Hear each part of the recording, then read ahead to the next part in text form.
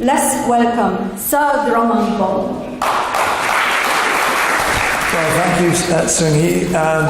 It's good to see you all here, and in particular the delegation from Suzhou.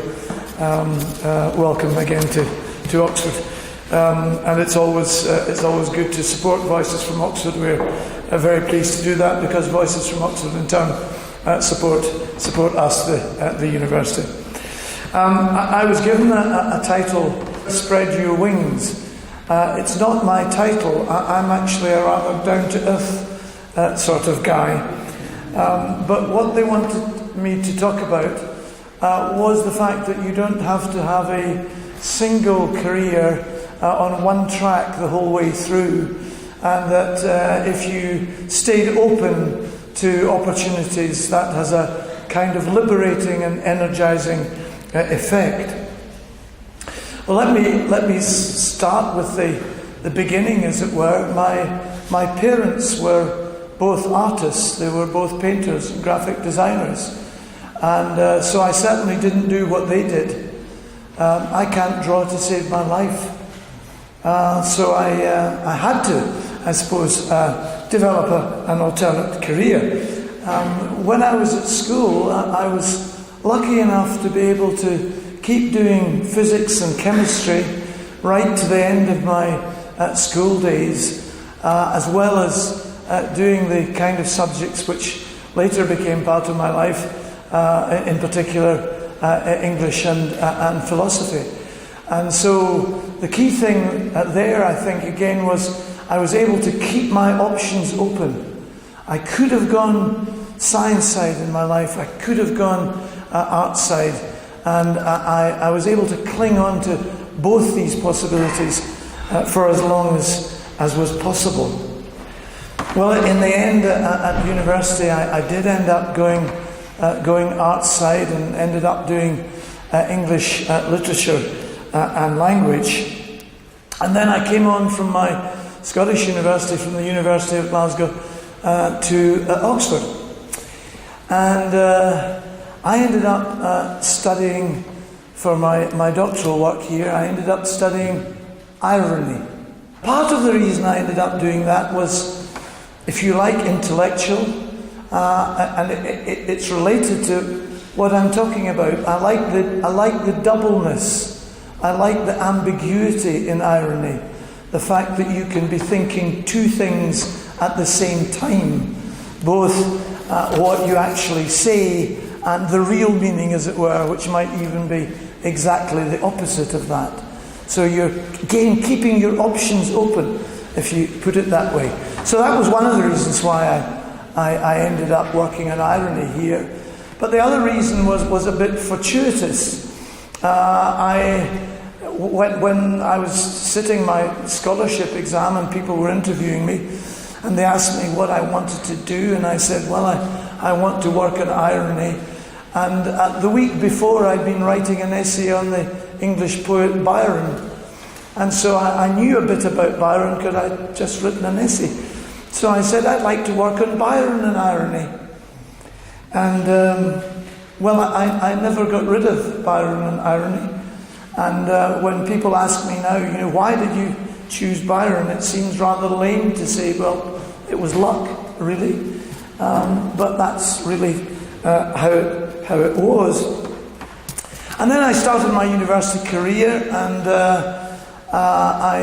somebody, when I was back at the University of Glasgow by this point, and somebody said to me, would you like to work in the international office? And I said, oh, that sounds like a good idea, I'm going to be able to travel, so I'll do a bit of work in the international office. And then somebody else said, well, what about working in the admissions office of the Faculty of Arts? I thought, yeah, that's not a bad idea. I mean, I'd like to know how the admission system works. Yeah, I'll try working in the admissions office.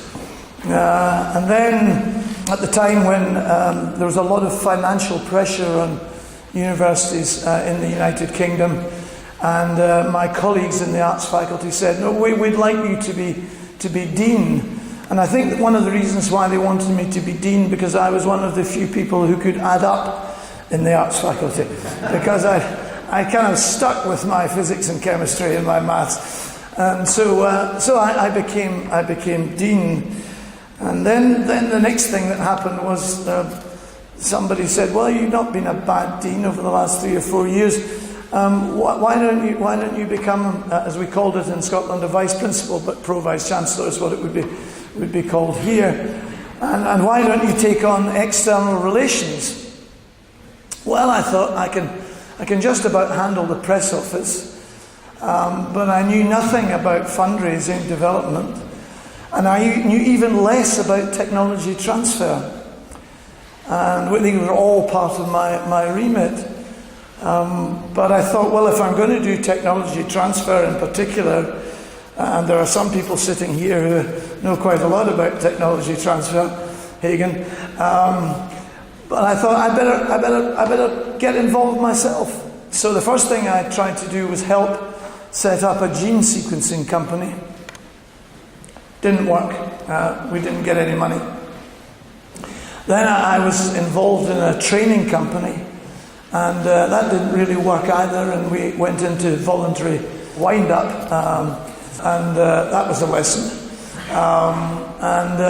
Then finally, I suppose, I hit lucky by getting myself involved in a big data compression company, and that went on luckily to make the university quite a lot of money.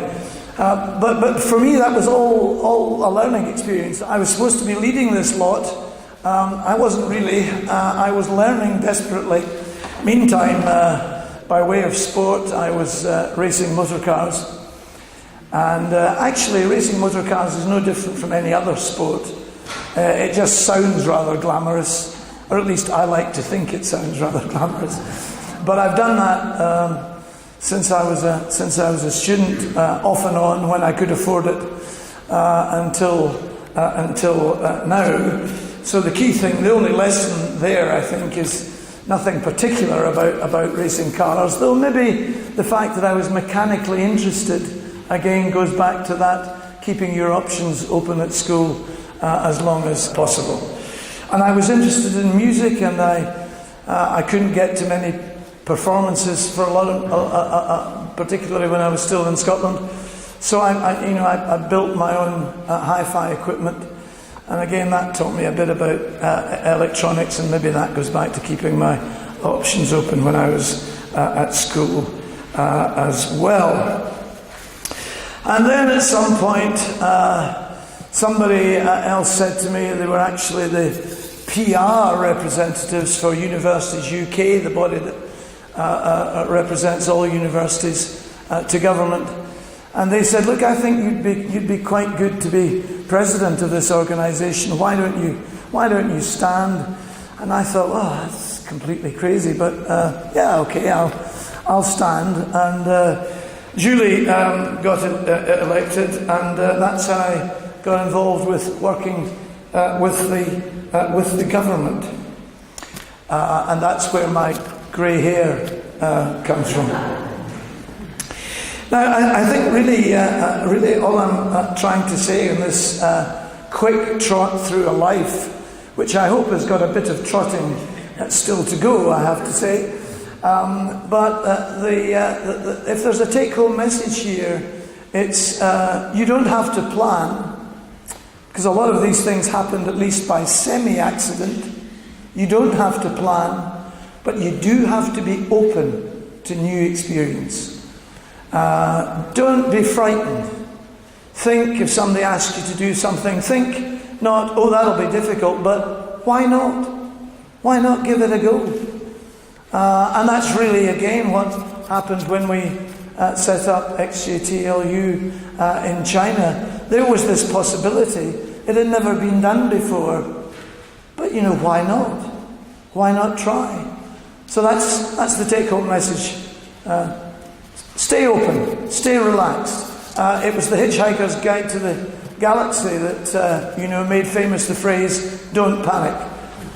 So if you're asked to do something, don't panic. Say yes, try it. Thank you.